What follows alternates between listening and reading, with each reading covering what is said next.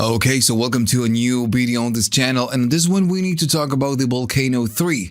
Now, this is not a review, this is a guide. So if you're looking for a 5-minute review, this is just not going to be it. It's going to take a little while because we're going to talk about every single thing that this can do, all the different controls, how we can run the modulations, and we're going to pretty much create a manual, or you're going to be watching a manual of the whole thing. So this is going to take a little bit of time because this thing can do a million things. Now, of course, remember, if you like this, remember to like and subscribe, and to check Patreon. If you can afford it, you can buy me a coffee. All right, so let's just begin. To start off, you can create up to 4 different filters just by double clicking on the spectrum. And this is going to be like the first section, like the filter display. You can do a lot of things from the display. So by double clicking, you're going to be adding 1, 2, 3, or 4. You cannot do 5. You can do up to 4. So at the very bottom right here, of course, when you hover, you can see the frequency. But when you go right here at the bottom, it will tell you on which frequency you're adding that breakpoint, or you're adding that filter. And of course, it will tell you not just the frequency, but which key belongs to that frequency. So also hovering on top of each point, it will give you, of course, the frequency, how much peak you're doing, if you're doing a little bit of panning, and the type of what you're doing. And of course, we can talk about this in a couple minutes. Now, if you want to remove them, you just can go right here and just click it. And of course, everything that we are doing right now is just a little bit obvious, but I'm just trying to cover all the things that we can do. So if you create a filter right here, you can, of course, change the type. So we're going to talk about this in a second. But what I want to show you is that you can do a lot of things by using control and pressing and holding the control key and using the mouse wheel, for example. So if you hold down the control and you move to the left, right here, it will just adjust the panning. Notice that I'm holding control and just moving the mouse by just dragging it, and you can just adjust the panning. Also with control, if you move the mouse wheel, it will adjust right here, the peak. You can see it right there going up and down. And one thing that is sometimes annoying is that when you want to change the frequency, maybe just moving with the mouse, you just make a left click and you move it just a little bit too much. Well, you can do shift and move it very slowly so you can make fine adjustments to your frequency. So you have a lot of different shortcuts. You have more shortcuts that you can use. All of this is in the manual. You can check the manual. It's just very well explained right there. But these ones are just the most important ones. All right, so let's talk about the filter control now. So every time that you create a breakpoint, you get a control. For example, if I go right here, we get this one. If I create another one, this is going to be a different control. You don't get the same control for all the filters, all the points. So whenever you go right here, maybe I'm gonna create a couple more. Right here at the bottom, this is the control. If you go all the way to the left, you can go to each of the controls and you can toggle between them, just like by going, forward or back. Now, of course, you can turn them on or you can turn them back off. That's pretty simple. And if I go to, for example, the number 1, right here, you get pretty much the same controls that you get on the display. So some of the things that you can do on the display, you can do them right here.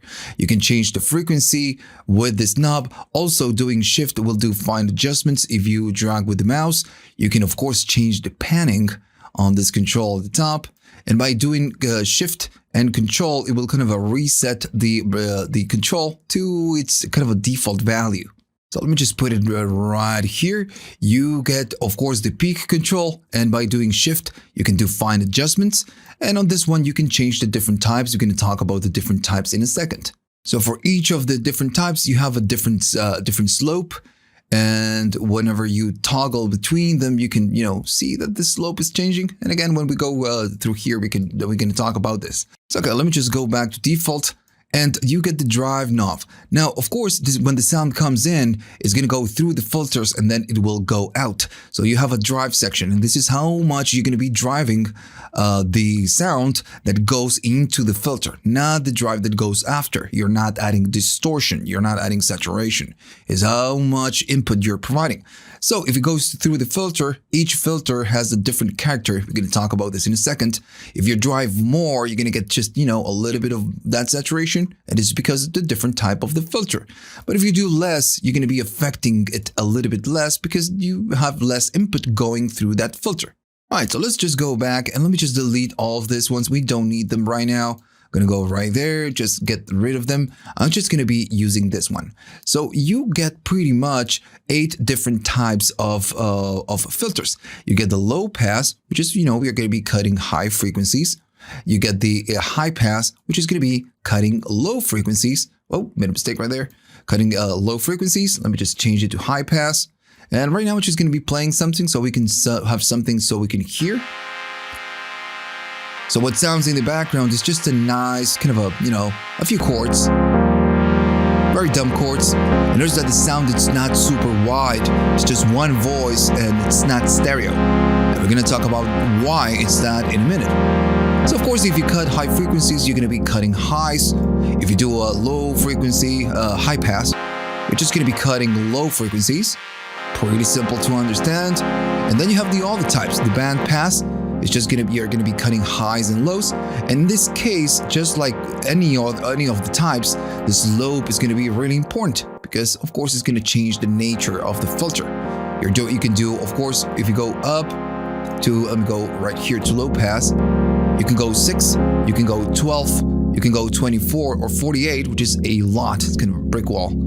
But if you go to, for example, the band pass, you just cannot go lower than 12. You can do 12, 24, and 48. And the same thing is going to happen with the other ones. If you go to bell, you can go right here, and this will adjust the curve that you have right here.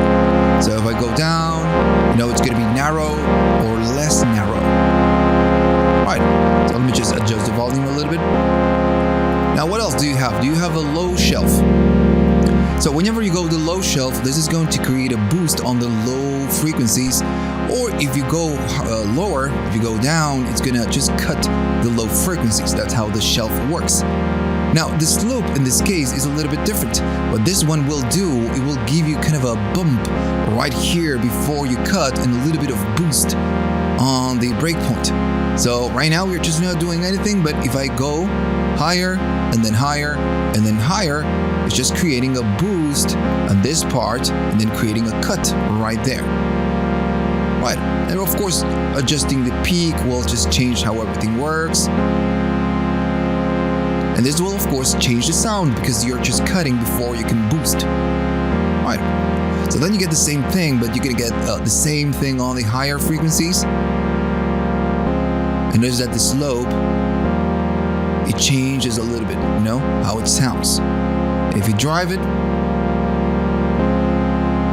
right, fine. Okay, so then, of course, you get a notch. And the notch, of course, it will just kind of chop whatever you have in between. And again, the slope really counts right here. If you go low, it's going to be narrow. And if you go high on higher values, it's just going to be much wider. And in the case of the peak, you're just going to be adjusting how narrow that's going to be or how wide that's going to be. So in this case, the peak and the slope kind of work together, right? Right.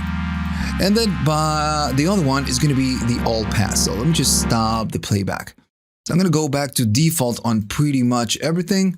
And maybe start doing a default patch so we can all start from the same place. I just have one simple thing. And I'm going to go to the all pass. Now notice that on the all pass, you're just not cutting anything. If I just do play, and I go right here, do play, the all pass, what it does, it will not alter the gain. It will just not do anything. So what it does, it will shift the phase between the different frequencies. So by just, having it like this, you will not do anything. So whenever you start modulating the controls, this is what's going to give you the different sound because again, it will alter the frequencies of the phase. It will just alter the phase. So if I do a peak, it's just going to modulate this. It's just going to get this. But if I start, messing with the panning, this is just going to get you to a different place. Right? And of course, you need to use headphones or good speakers if you're just maybe listening this on a cell phone, it will not help you much. Right. So this is why they get the alt pass. Now, if you're not doing anything and you're not shifting any of these values, you're just gonna get nothing, right? Just like if I go right here and maybe do it like that, you're just getting the same sound, right? Right. Okay, so let me just stop the playback. So I'm gonna go back to a default patch, and we can always start from here because we can always all start from the same place. You can do the same at home, and we're gonna talk about the different filter types. So the filter types are going to be these ones, and they are very different. We're not going to go through all of them, but I'm going to show you how they work and how you can just make a distinction between them. So if I do the playback again, the most basic one is going to be the clean. So the clean is linear. You just get nothing. Now, when you do peak and you start, going up in resonance, you're just going to discover the nature of, this type. And in this case, this one is the clean. It's linear. You just don't get a lot of character, which is fine. It's just cool. But the other ones are just very different. If I go to the classic one, notice that there's not a lot of difference in sound. But as soon as I start rising the peak, you just get a lot of difference. It just sounds more gritty. Now the classic one comes from the one synth. From Fabfilter, they took it from there. Then the other one is going to be, for example, the smooth, and this one is going to be really different, and it's not smooth. So whenever you're not doing anything, you just don't get nothing. But as soon as you start driving, you're going to start, of course, getting that resonance peak. And of course, with all the different types, when you just start doing this, it kind of reveals how it sounds. Notice the difference between this and the clean, or maybe this and the classic. It's just very different. Right. Same thing happens with, for example, the raw. The raw, it's going to be a little bit more saturated. And if I go up, we can hear that it sounds different.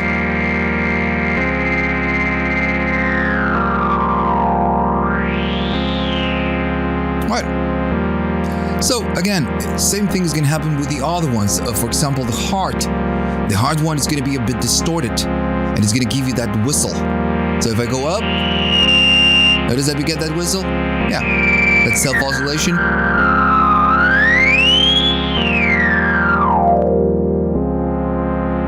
Right, so at this point, maybe going through all of them, it's just kind of a little bit pointless. You can hear at home what they do, but they're all different, and you get a tiny description on the manual of what they do, or maybe what they were thinking when they added the style. But at this point, you can, play something at home and just go through the different types and just go up or maybe drive it and see how it sounds. But remember that you always need to be checking the different styles, because maybe you are just doing something and you just don't like it. Maybe it's just too mild, and maybe just changing the type right here is just going to give you that extra something that you're looking for. All right, let me stop the playback, and I'm going to go back to a default patch. So we kind of covered pretty much every single little thing, how to add it, how to remove them, how to control them, how to move the frequency, the peak, the different types that you get, the different styles that you get, and the slopes. So we already talked about the drive and everything else. So now we need to kind of move to this side, and we're going to talk about the routing and the delay that you get right here. So the delay, and let me just maybe do a low pass. So the delay will not do much alone. What this does, it will add a 50 millisecond delay to whatever signal that comes in. So if I do play and I do go all the way up, we just don't notice the difference. It's doing a 50 millisecond delay. If I go all the way down, we can hear that something is going on. It's because, of course, it's adjusting the delay. It's like, moving the milliseconds on an analog delay. You just can hear the change in pitch. Now the trick with the delay, with this knob, this control, it comes into play when you start modulating or we start using it with different things like the routings, for example. If I start moving this and maybe go up in volume, you're gonna notice that it's just, you can use it as a detuning. Yeah, you can use it as that. Now, of course, this it's really cool when you start, and let me just stop the playback, when you start shifting the, we start playing with the routings, or you start shifting the left from the right. And let me just give you an example. Right now we're going to talk about this, but for now, I'm just going to show you, for example, how this works. Right now, I'm going to go to L and to left and right. And if I do playback, I'm going to go to one of them, and I'm just going to be moving the delay. And you're going to hear that it sounds different now. And it's because one of the sides, it's delayed by some amount. In this case, it's going to be 19 milliseconds, and the other one is going to be just, in place. Since you're shifting the left from right, you get that stereo enhancement kind of a sound. It doesn't matter if we stand on the same spot. If I go all the way down, we get mono and we get stereo. So the right side, in this case, is going to be shifted by 33, or you can even go to 50 milliseconds. This is why you get this delay knob. It's really cool when you start modulating it, or when you use it with something else like the routings. And since we are talking about this, I'm going to go back to a default. I'm going to keep the low pass, and we're going to talk about the routings. All right, so remember that you can do up to 4 different filters, right? You can go right here and add up to 4. This is not the point. What I want to show, I want to show you is that whenever you go right here, and we just did it, you can split whatever that comes into the plugin into stereo, which is the default, and everything that comes in is going to go out the same way, left and right, but you can use per channel. So this is going to use 2 of the 4 filters that you have available. The number 1 is going to be on the left channel, and the number 2 is going to be on the right channel. So this means that you can control, or you can move the left from the right. And again, you need to use headphones or good speakers. So if I just cut a lot of frequencies on the number 2, which is going to be the right, it is that you don't get anything on the right. Everything is on the left. If I do the same, you just can control the left independently from the right. So what happens if you have more filters? Well, they will be assigned to a routing. Now the 1 and the 3 belong to the left, and the 2 and the 4 belong to the right. So on the right, we're going to be doing 4, and on this one, we are going to be doing left. And of course, you can just make different combinations of this. Maybe right here, I just want to cut, and right here, maybe I want to boost. And you can remember that you can even use the delay controls. Notice that sound goes super wide. Right. Okay, so let me go back to a default one. Okay, so then you get the other option, which is going to be the mid side. Now, when you go to mid side, it's going to give you independent control of the mid and the side. Now, the sound source that I have right here is just a synthesizer playing a couple chords, but it's a mono. It's just everything is super mono. So if you start doing things right here, you're not going to hear a lot of change. And notice that this is the side and this is the mid side. So you don't get a lot of change. And for now, I'm just going to change it to maybe a bell or something like that. No, not bandpass. I wanted to do a bell. There we go. And I'm going to leave it right here. And I'm going to do the same thing on this one. I'm going to go to a bell. If I start moving them, I just don't get a lot of difference. I'm boosting the mid. You can hear that because it's a mono source. But the sides is just not doing anything. And this is because you need to have a stereo source because you don't have sides. Everything is mids. So if I go to the synthesizer and I do a couple voices, maybe 3 voices, something like that. And I, again, go back to default. Just so I can show you this. Let me go here, and I'm going to go up on the stereo controls of this synthesizer. If I'm not doing anything on this one, I'm going to do play, and we get a stereo sound. So now you have mono, which is the mid side, and then you have sides, because now the source, it's super wide. So if I go to mid side, You have a control for the sides. You can boost the sides, and maybe right here on the mids, you can maybe boost the low end. I'm just giving you one example.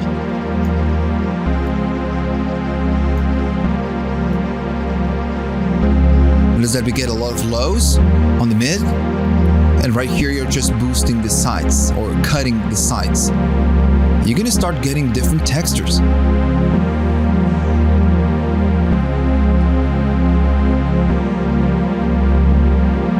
Notice that the mid stays unaffected, but the sides are just, we get that sweep.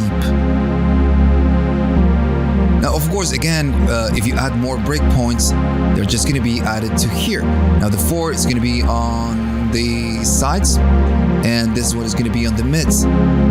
So maybe you can cut a little bit right there, and maybe you just can use it like an EQ if you wish, or if you must. I'm boosting, and then I'm just cutting right there.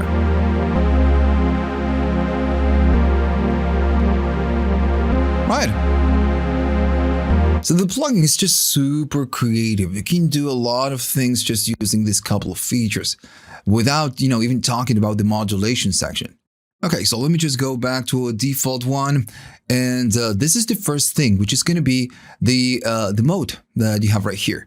So then you have the routing, which is going to be this button that you have right here. Now, when you have one single, just one single thing, you're not going to get much. So I'm going to go there, 2, 3, 4, and this is going to be my number 1. And for now, I'm just going to, do nothing. So this one, how it works, is going to work like, just to give you an example, a guitar pedals, pedals, maybe you say, I don't know, synth pedals or whatever, just pedals. When you put a pedal, you have a chain, maybe a guitar. I'm going to give you the guitar example. You grab your guitar, you connect it to the first pedal, then the first pedal is going to go to the second one, and the second one is going to go to the third one, and the third one is going to go to the fourth, and then you go to your amplifier, and kaboom, your sound comes out. Now, of course, every pedal that goes to the next one will affect the sound. So let's say that you have a distortion as a first pedal. Well, that's going to get your guitar sound, it's going to distort it, and then it's going to go to the next one. So maybe on the next one, you will have, an EQ. So you're going to be cutting some of the highs. And the next one has a delay. So the EQ will just affect how the delay is going to behave because you're distorting first, and then you're doing EQ. And then maybe your fourth pedal is going to be a reverb. So the delay is going to feed, it's going to go to the reverb. So you have this linear connection. Every pedal will affect the next one. So this is what this routing means. The sound comes in, it's going to go to through your first filter, and then it will go to the second one. But whatever you do on your first one will affect what the second one is getting.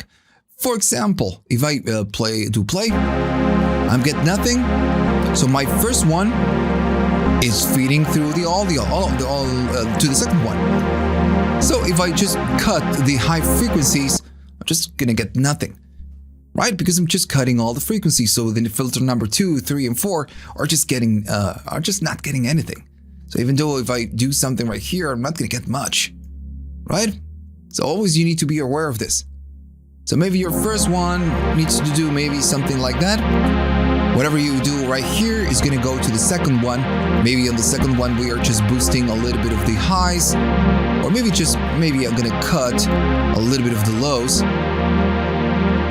And this one is just going to cut maybe a little bit of the lows. And now this one will just, let's just make a boost, let's say.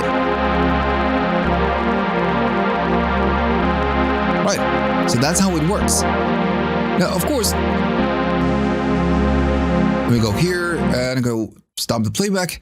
So this is pretty easy to understand, right?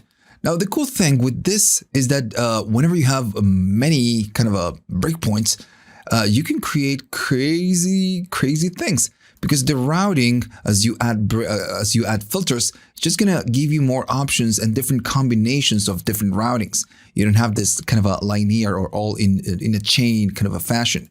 If I add 2 or maybe 3 or maybe 4, now you have more options. And this is what I'm talking about. So if you go right here, this option, for example, means that all the sound that comes in is going to feed through the 4 different filters. So it doesn't matter if you're cutting on the first one. All the other ones are just going to stay unaffected. Let me just go and do play. If I cut in the first one and I boost, it doesn't matter. The other ones are still getting sound. And if I boost right here, and then maybe I do something right there, and then I cut, everything is going to be kind of a blended behind the scenes. You can still use delay, doesn't matter, or affect the panning. You're going to get that phasey sound, that phaser sound. Because of course you're just kind of shifting it. Right. So you do have other combinations. And let me go back to default again. I'm going to add more breakpoints and lower the volume just a little bit. So you have this one. The sound comes in, it's going to go to 1 and 2, so whatever you do on 1 is going to affect 2. Same thing on the 3 and the 4. And again, all different combinations. You have the 1, the 3, and it's going to feed back to the 2 and the 4, and then it's going to go out. Maybe right here, 1, 2, and 3 in chain, and then a parallel into 4. And again, you can do different combinations of all this. Now, what's cool is that you can also still use this on the per channel or the mid side. If I go to the per channel, you're still going to get more options. But of course, since you can do up to 4 different filters, you're not going to get a lot of filters to do this. The 1 and the 3 are going to be the left side. So this is my 1 and this is my 3. It's going to be left. And this is going to be my right. So maybe I'm just going to be doing something else right here. And maybe right here I'm gonna do, I don't know, whatever. I'm gonna go here, just do a high pass so we can hear the difference.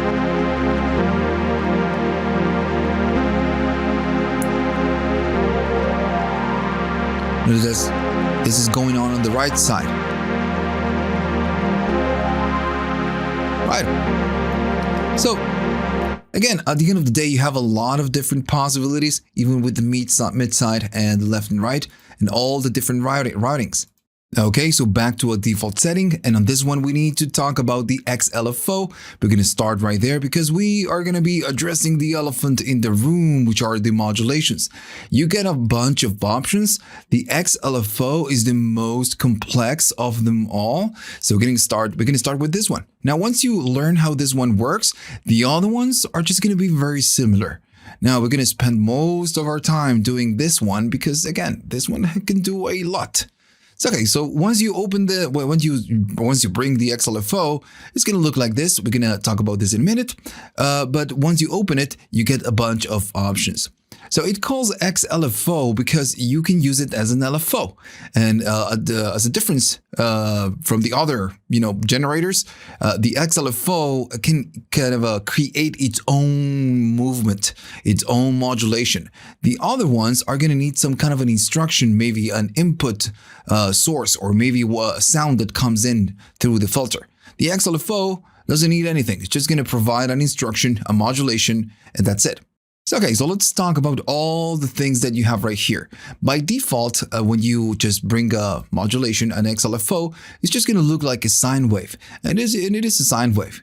Now, the thing is that it works on a kind of a weird way. So before we can start, when you get the sine wave and you play something, let me just cut a lot of the frequencies. Whatever you can do right here, whatever you do, you can connect it to different parts to, produce this kind of modulation. Now, when you click and hold and you drag, you will see available, not grayed out, the options that you can modulate. Whatever is grayed out, it means that you cannot modulate it. So in this case, I'm going to go to the obvious thing, which is going to be the frequency. If you're going to go there, it's going to ask you, okay, so how much of this modulation you would like to do? And right here, you can go super aggressive with this modulation, or you can do less, of course. Now, on this button, you can change the polarity, which is going to mean, in this case, where it's going to be starting, if it starts in positive or it starts in negative. And we're going to talk about this in a minute. So in this example, it doesn't change much, but you can think of this as starting backwards. Right, you do more, you get more, you do less, and you get less. Right, pretty simple. Right, so let me just go right here for now. And I'm going to stop the playback. Now we need to talk about all the things that we get right here. And for now, I'm just not going to play anything because we need to do a lot of things right here and it's going to be a little bit annoying. But this XLFO works as a sine wave. It can be a ramp down, a ramp up, and also can be a square. The thing is that it works in a weird way and we need to change some of these controls just to convert this into a square or something like that. Okay, so the main control is going to be the frequency. And in this case, I'm going to be attaching it to the frequency so we can see it moving up and down. All right, so which control is going to decide how fast this is going to go is going to be the XLFO frequency, this control. And by default, you're going to be working in hertz. So you can go really fast, almost to oscillator kind of a rate. Or you can go really slow to an LFO rate. Now, the other thing that you're going to be getting is going to be how can you control this? Because maybe you don't like to work with rates. Maybe you want to host it, or maybe you want to sync it to your host tempo. So this is going to be this option. Right now, if it says free, it's going to be hertz. So it's in free mode. Now, if you change this, you can, of course, sync it to the tempo of your host. And maybe I'm going to do this one. And notice that now it's going to be synced. And if I do something like that and do the playback, notice it's just moving and following the tempo of my session. Right. Okay. So if I'm going to disable this one.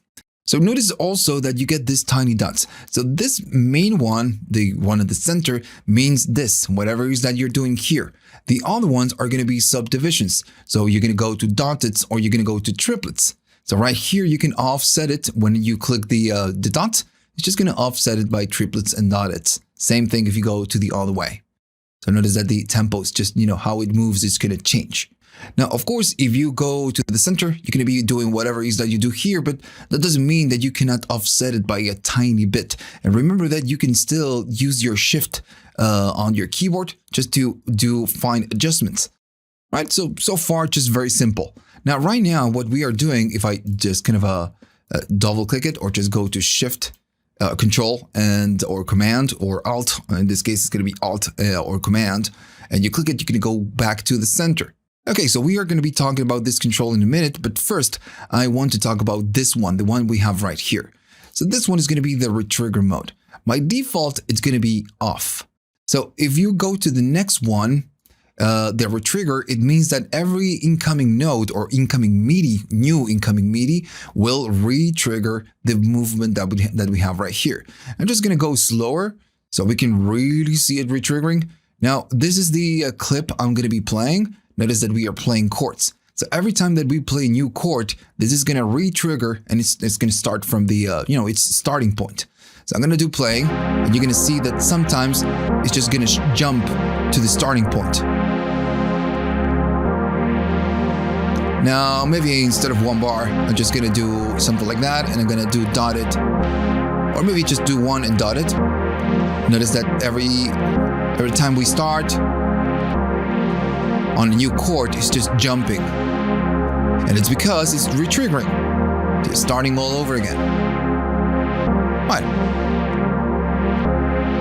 So the other option, the legato, it means that if you're holding a key or maybe a couple keys, it will just not re-trigger. Now, this works with voices as well. So if I play key, notice that it's re-triggering. If I play a new one, it's going to re-triggering. Now, if I go to higher keys in this case, and I play new keys, notice it's not re-triggering. Every new key I press will not re-trigger the LFO. And this is because I'm holding keys down below.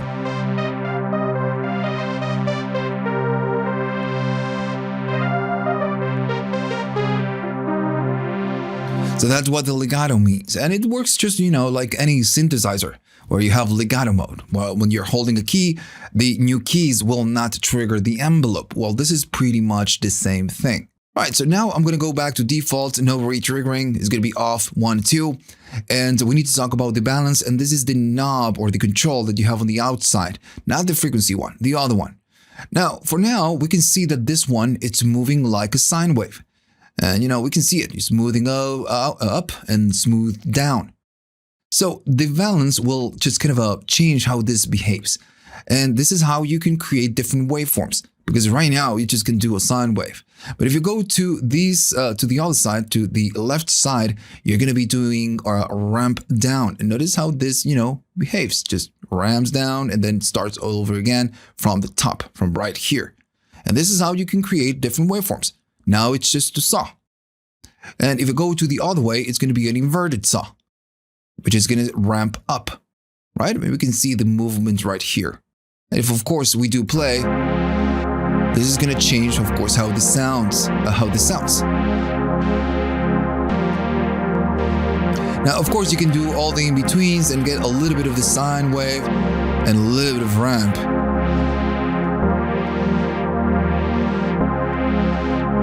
Right, so that's what the valence will do in this case. All right, let me just stop the playback. So by moving the valence, you can change from a sine wave to a ramp or a ramp up, to a saw. So, you cannot do a square wave. Well, yeah, you can. The thing is that it works on a very different way. The glide control is the one kind of controlling this.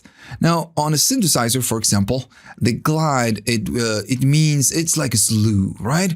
If you use a square wave, and you do glide or you do the slew or the lag, it's just going to smooth the corners of the square wave until you get kind of a sine wave. You are smoothing that square wave. So this is what this is doing.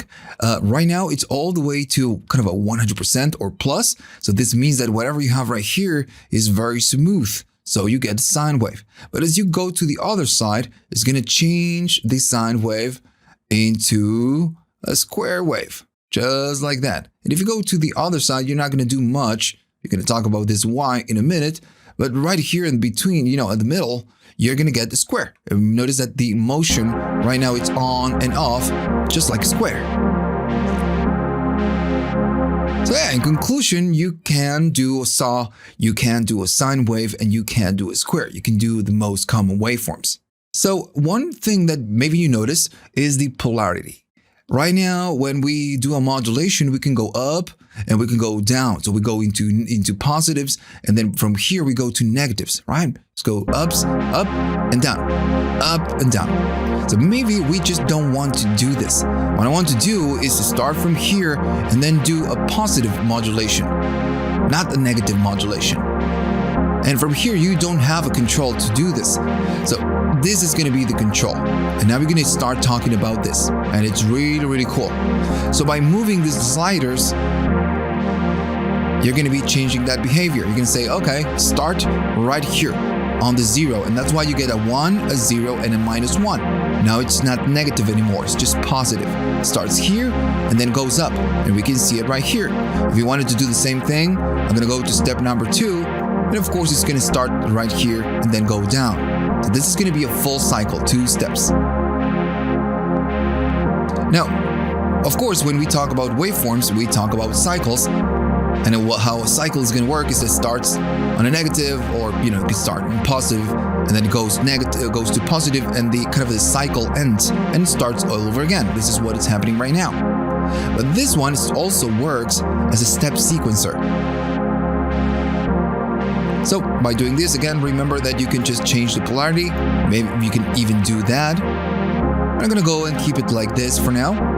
And what you get, and let me stop the playback, is this controls. So now you can turn the LFO into kind of a sequencer. So if I keep adding things, notice it will add a new step, and each step has different kind of settings that you can use. In this case, the number 3, I'm going to maybe add a number 4, and a number 5, and a number 6, and a number 8, 7, and maybe an 8 as well. So now you have, maybe let me just do 4. It's going to be a little bit less confusing. Let me just do 4. There we go. So now we have a 4-step sequencer.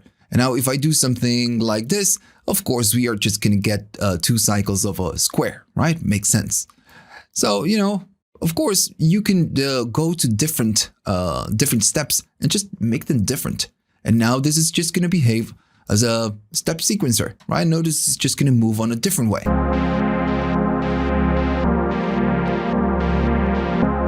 Right, so very simple. Now right now we are using a square because we are using the glide. If I go all the way up, you're just going to be using kind of a sine wave because we are smoothing all the changes like a slew control. If I go all the other way, nothing's happening for now. For now we are just using it as a sine wave. Of course, it's not a sine, it's just you're just smoothing the controls. That's why this is called glide, and we just don't get kind of a sine wave, square wave, or saw. It's because the glide control will just kind of slew the square, right? So that's why we get it like this.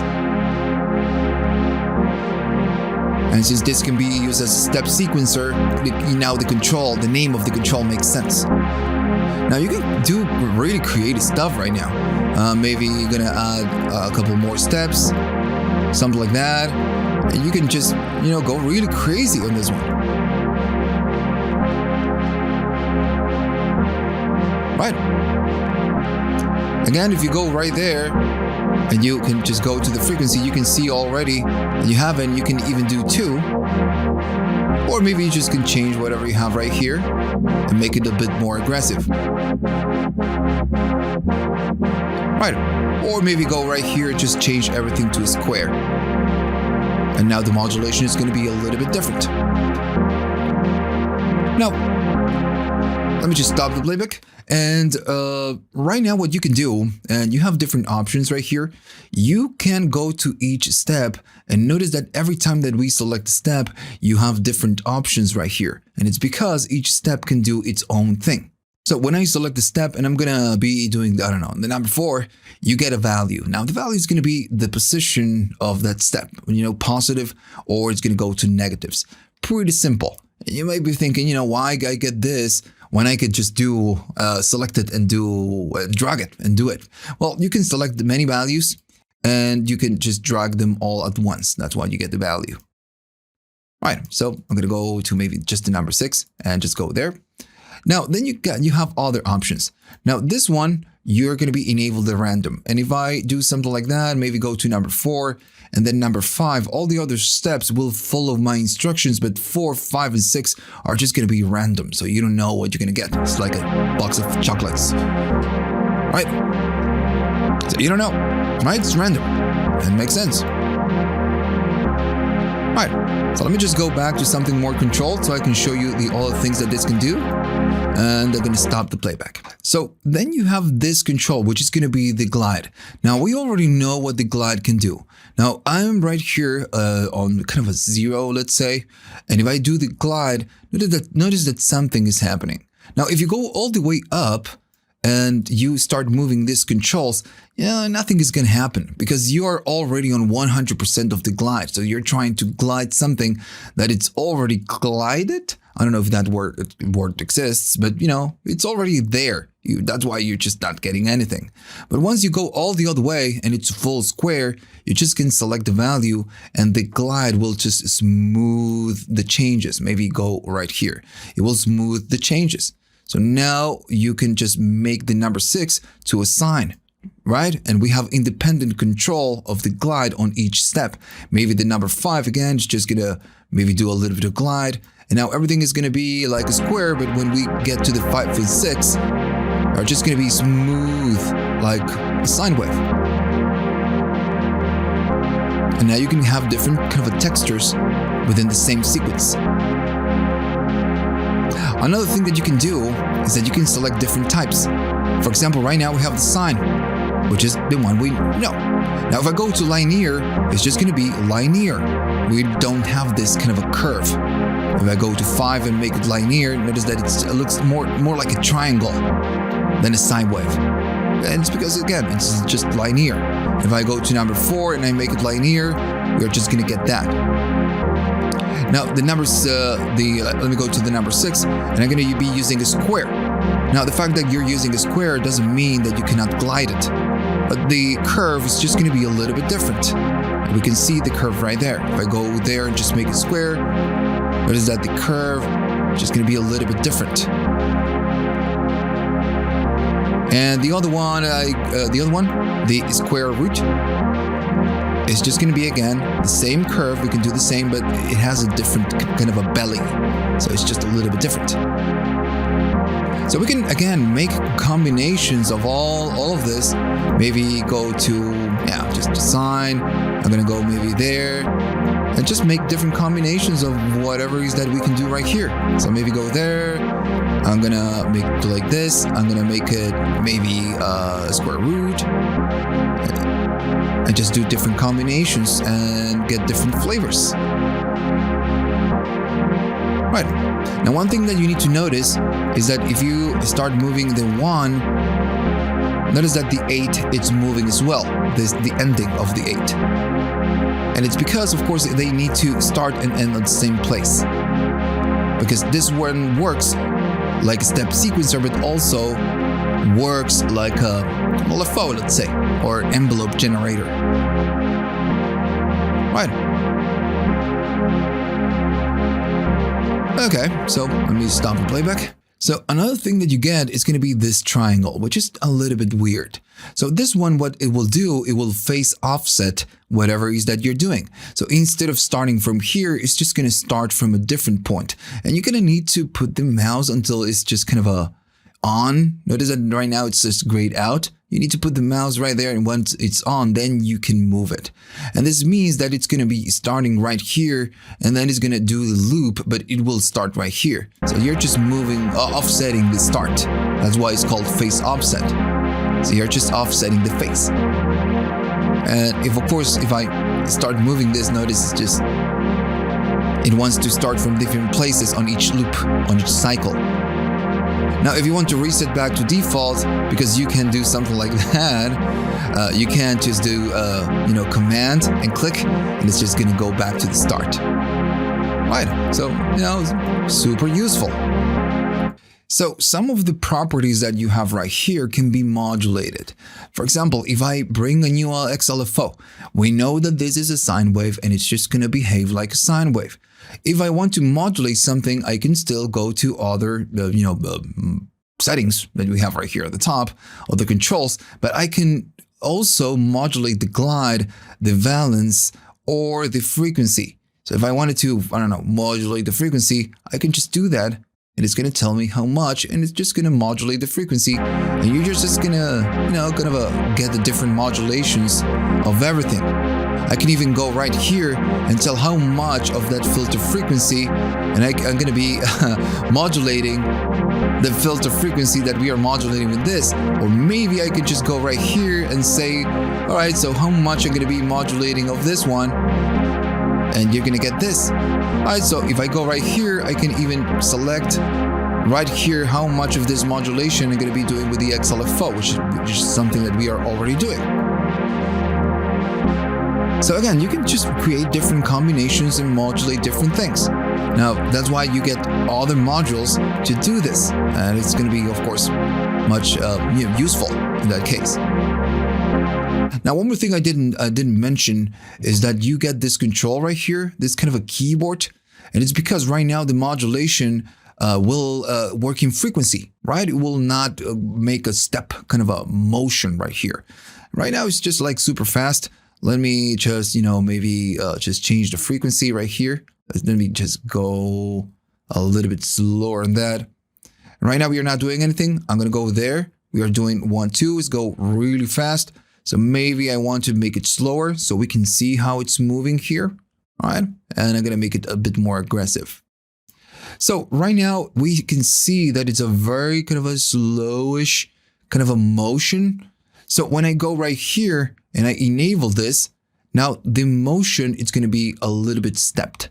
It's just a stepped motion. And it's because you have this controls right now and you're just telling how much to move, but you're doing it in semitones instead of frequencies. And when you start moving this control, notice that it's going to move like a stepped control. And if I disable this, notice that it's kind of a free, super free. And it's because you're just going up by 1 or -1 on the modulation. And this one, you're going by semitones, right? So yeah, that's what it means. And of course, at the end of the day, it depends on what you want to do. All right, so I'm gonna go back and show you something else. Now, something cool that you get whenever you maybe close this, and you have the instruction of what you're doing right here, but you also have, let me just close this. You also have the option of sync mode and glide. So this means that when you hover it and you click it, and if you hold, you click and hold, and you slide towards the on the x-axis, you're going to be changing the glide, the global glide, which remember is going to be this one, right?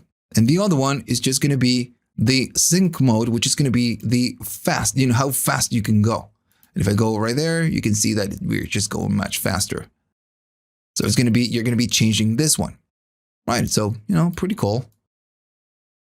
And of course, if you connect it to something and do some play, we can see it going.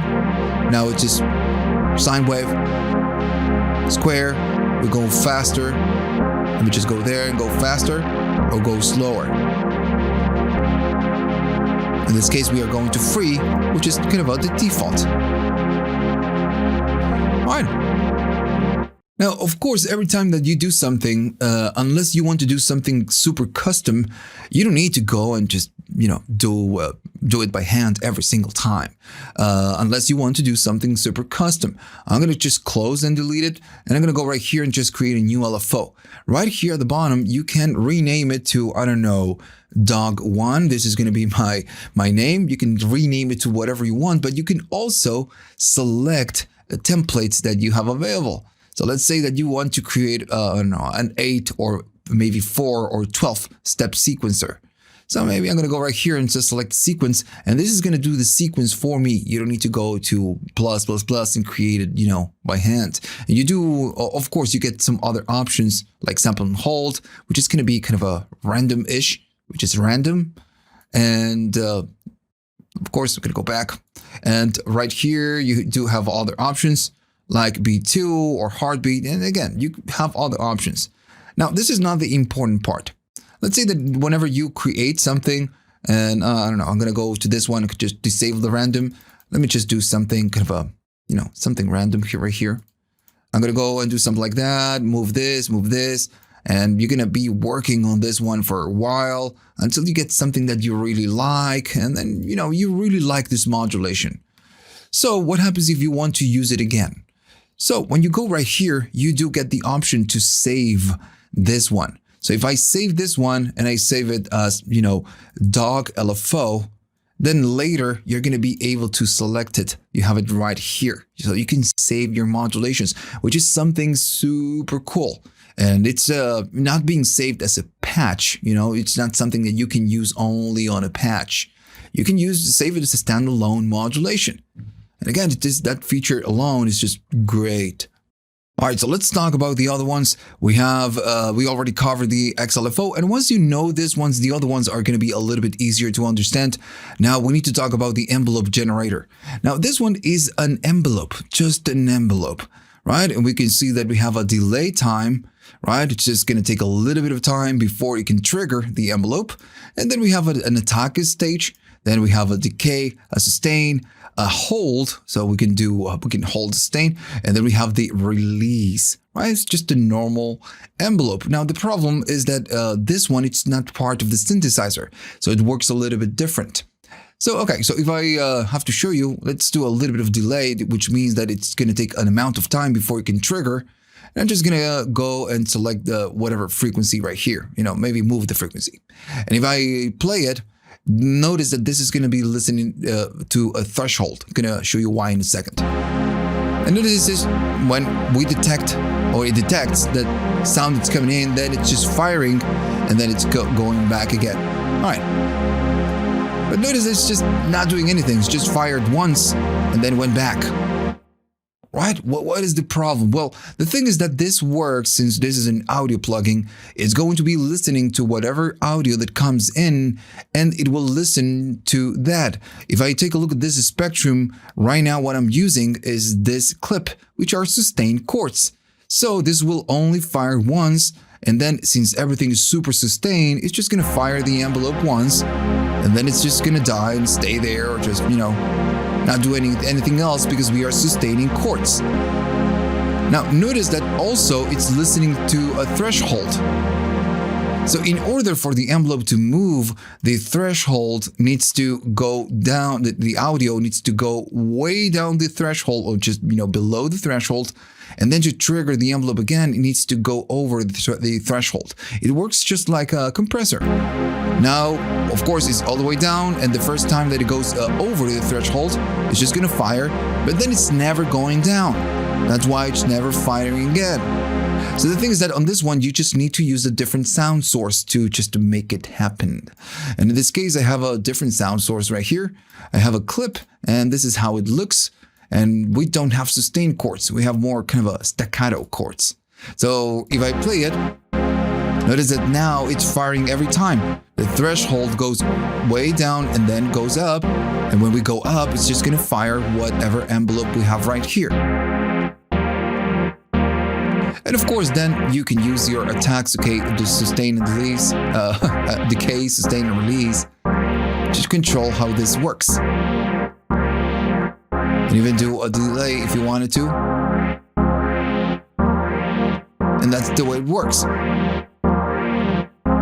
Right, if you want to do, if you're not detecting your sound source is just not firing it, maybe you're going to need to check the threshold and make sure that it's going down and then it's just going over the threshold. So this is how this works. Now, of course, you have different modes right here, and this is kind of a super important. So you have the normal input, which is going to be how it's working right now. It just detects an input. And again, if you see the spectrum right here is detecting this input, and it will react to whatever input that goes right here and goes through the chain. Now the other ones are just going to be a little bit different. For example, you can do a side chain. So if I go and select the side chain, now this one is going to attempt to listen to some other sound source. So if I do some playing, nothing is going to happen. Notice that we are standing on the same place. And it's because it's expecting for a different instruction. Right, so let me just go right here. I'm going to do stop, and I'm going to go to the second clip I have right here. And I'm going to rename this to SC for sidechain, maybe SC for sidechain. And this one is going to be the same polysynth that I'm using, the same synthesizer, but the clip, the instruction is going to be a little bit different. So what we get is that. So that's the instruction. And notice that we have different timings. It's just playing on a different place. That's all. I'm going to go all the way down in volume, and I'm going to be listening to my first track. Now, this is awaiting for us to do something else, and I'm going to go to the first track right now. All right, this is sustained chords. Now, this one, it's going to be listening for a sidechain, so for some other instruction. So, depends on your DAW. If you go right here, you can select which track is going to be your trigger. In this case, I'm going to go to the SC, the sidechain, and notice that this one is moving. So now it's going to be listening to this one. And notice that we get it right here, and it's not firing because it's below the threshold, so I'm going to need to adjust the threshold. And now it's firing.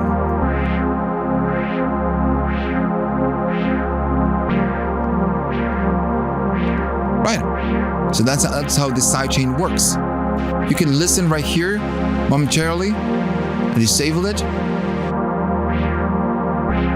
But yeah, you can use different sound sources or different clips that you're just not really listening to trigger your envelope, which is a very cool feature. Right. So then you have the other one, which is going to be the Midi. Right now, it's not doing anything. So this means that it's listening to my Midi input to trigger. Every incoming new Midi note will just fire the envelope. And right now we are doing a little bit of sustain, so I'm going to go all the way down to the stay so we can go back. So that's it. On each incoming note, it will just fire. But it's not listening to the sound source, it's listening to the Midi. So if I go to my Midi keyboard, if I play something, notice that it's just firing every time I press a key.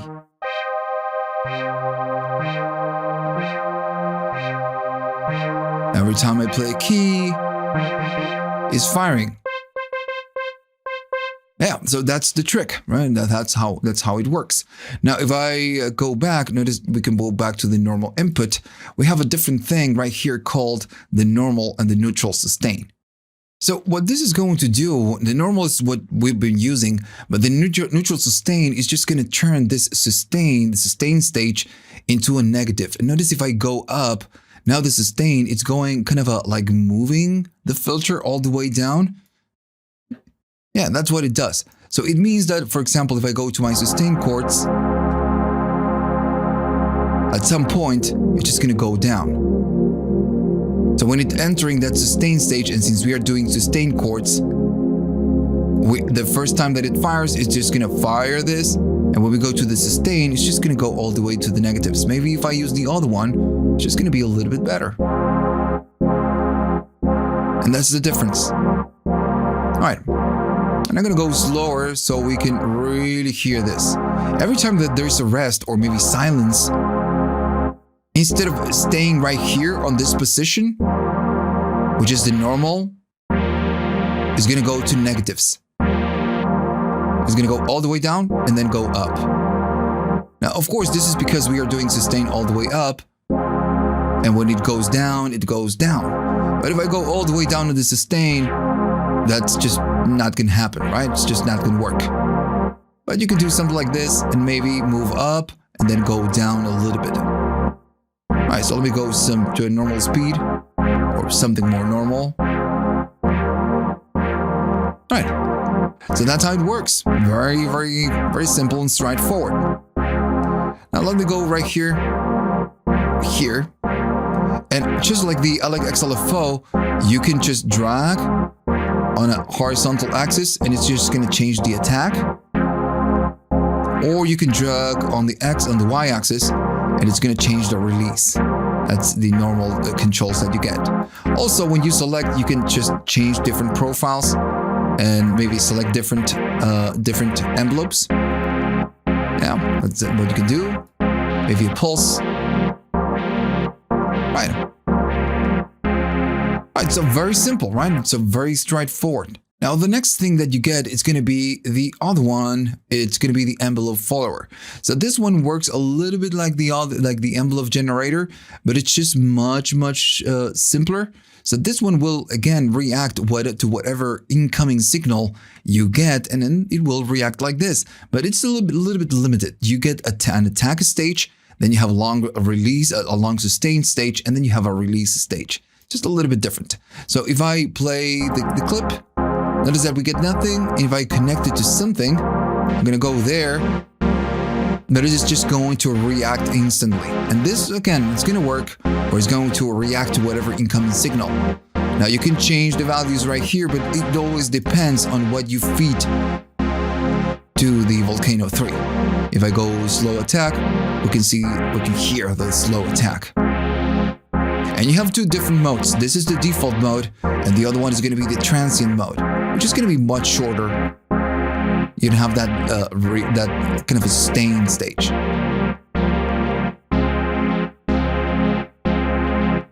Right. Just like before, we can use the sidechain mode. If I go to sidechain, we are already listening to this clip. So now it's going to be reacting to this clip I have right here.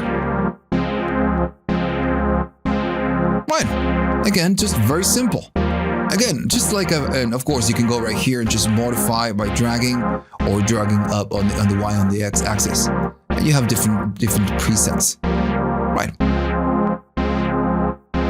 So just like I've told you before, once you understand the XLFO, which is the more complex one, the other ones are just going to be a bit easier. All right, so the next one in the chain on the list is going to be the new Midi source. And this one is very simple. And now what you can do with this one, you can select a Midi source, whatever Midi source that you get right here, even a controller, to modulate whatever you want. So in this case, I'm going to say that my mod wheel is going to be modulating something. And the way you do it, You know, if it's exponential or logarithmic or, you know, in a square root or maybe in a sine wave, it's going to be controlled by this motion, of course. Now, the thing is that you can go and say, okay, so I want to move my frequency with what? With my mod wheel.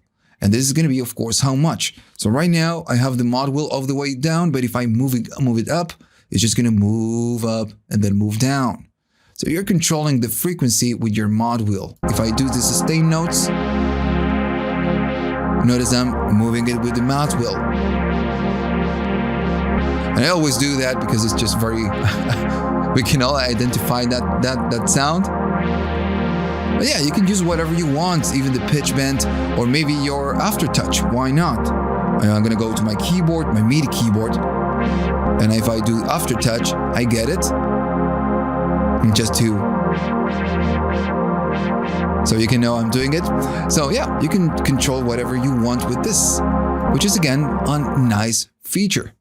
Now, maybe you're thinking, okay, so what's, you know, it's nice that we have this, but maybe what's the purpose? Now, all of these modules, you can connect them and do different things. So I can bring an XLFO and do, I don't know, some kind of a modulation, let's say. And then maybe I can, I don't know, maybe bring the mod wheel right here. You bring a MIDI source, and this is just going to be doing this modulation. If I do play, we can see that it's moving, right? But maybe I just want to control it with my mod wheel. So I can go right here and say, dude, I want to control you with my mod wheel. So for now, I'm just going to go all the way down, and my mod wheel is just going to control how much of this modulation we do. If I go up on the mod wheel, I'm going to be enabling that. If I go down, I'm disabling everything. And you can control multiple sources and multiple modulations with whatever control you have right here. That's the idea, right? Right. Okay, so let me just go back. Okay, so the next ones are going to be the new slider and the new XY controller. So I'm going to start with the slider because this one is very easy, and this one can be turned into an XY controller. That's why you get the XY right here. I'm going to show you in a minute. So these ones are very simple. These ones are like utilities. They don't listen to an audio source, and they cannot generate an envelope or anything else. They just control a level. So if I maybe go right here and say I'm going to be moving by this much, and I do play, this one works like my mod wheel. If I go up, it's going to go up, and if I go down, it's just going to go down. That's how it works. It's just a level control, the utility. Now these ones can go into negatives. Right now we are going from positives, you know, from 0 to 1. But if we go right here, we can just turn it into a bipolar one. We can go up or we can go down, but the same amount we are specifying right here. And if I do something like this, remember that they are levels. Let me just go to 0, 1. So I'm doing that, but you can use whatever other controller to modulate this control. So maybe I'm just going to go right there, and my modulation is going to be modulating this instead of modulating the frequency directly. Again, that's the whole point. Right. And you can bring, you know, just do different things. Maybe bring a template right here and do a sequencer and just change the sequence and just alter that with the LFO by, you know, a lot or by maybe just a little. Right. And of course, the same goes, you know, backwards. Let me just disable this, and I'm going to go back, and I'm going to go like this. Let's say that we want a LFO, right? And I want to modulate this by that much. So maybe I want to bring a new slider, and this slider is going to be controlling the LFO. By how much? Well, by this. So I'm going to go right there, I'm going to go down here, and I'm going to put it right there, and when I go up, it works like my mod wheel, right? Yeah, so you can do that. Same goes with envelopes and the envelope generator and the envelope follower. These ones are controls, utilities. Right, let me go back. Now this one can be kind of turned into a different control, which is the other one that we get, which is the XY controller. If I go here, I can just turn it into an XY controller. Now this one, what it does, it's just, again, pretty simple. Let me just delete this. Let's say you have two now. You have the X and you have the Y. Now the X is going to be the horizontal axis and the Y is going to be the vertical axis. So maybe I can just connect this one to the frequency, which is going to be the X axis, and I'm going to be moving it by that much. And then the Y axis is just going to control the peak, right? So now you have two different controls. The X is going to control the frequency and the Y is going to be controlling the resonance, the peak. So if I play something, remember the X is going to control the frequency. And if you already know how an XY controller works, this is just it, right? It's just how it works. So now this button, this, light or dot or whatever you want to call it, if I move it to the Y axis, we are going to be moving or modulating the frequency, right? Just modulating the frequency. And if I go on the Y axis, you're going to be modulating the peak. That is that the peak is moving. But also, if you do both, you're just going to be modulating both at the same time because you're going up on the Y and you're going up on the X. And both are going to be, oh, I made a mistake right there, are going to be all the way up. Let me just go back.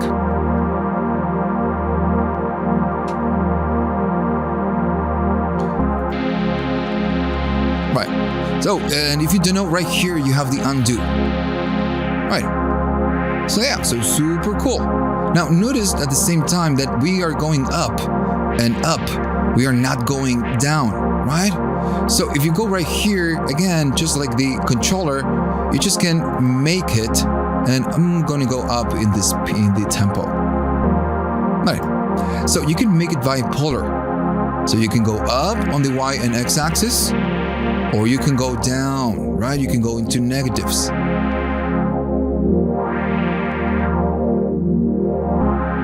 And it is that the peak and the frequency are reacting to whatever I am doing, right? So again, just pretty nice controls. And just with this, you can just create a lot of things and control different parameters. So just to give you an example, let's say that I want to go to a new slider and I'm going to create a new one, right? And this one is going to be, and remember we can change the name. This one, it's going to control the frequency, and this one is going to control the resonance right there, the frequency and resonance. So I'm going to go right there and maybe just, move the frequency by that much. And then I'm going to go and control the peak by, I don't know, that much. Right. So I'm doing a little bit of modulation. That's fine. But then at the end of the day, what I want to do an LFO, right? I'm going to bring an LFO and do something, I don't know, something from the template. I'm going to do a 4-step sequencer, whatever, doesn't matter. So this one is going to be controlling whatever this one is going to do. And at the same time, maybe I have a different XLFO, and this one is just going to be a sine wave, and this one is going to be controlling the peak. And then, of course, you're just going to start getting very cool different modulations. And you can control them with this value.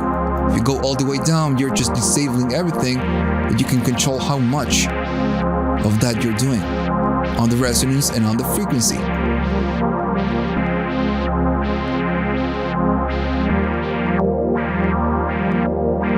And notice that we are doing all of this just with one single point.